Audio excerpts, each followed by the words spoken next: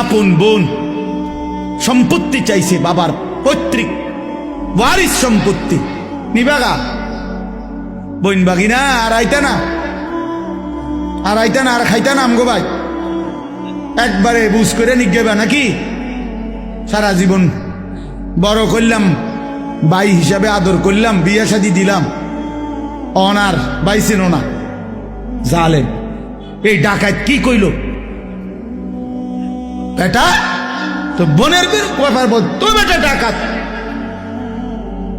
তুমি এটা কি বললা?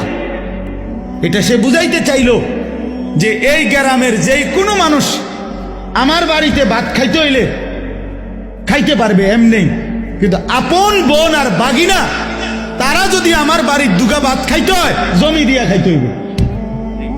কথা বোঝেন নাই? জমি নিতে না তোমরা, তোমরা না আইবা পরে ভাত খাইবা।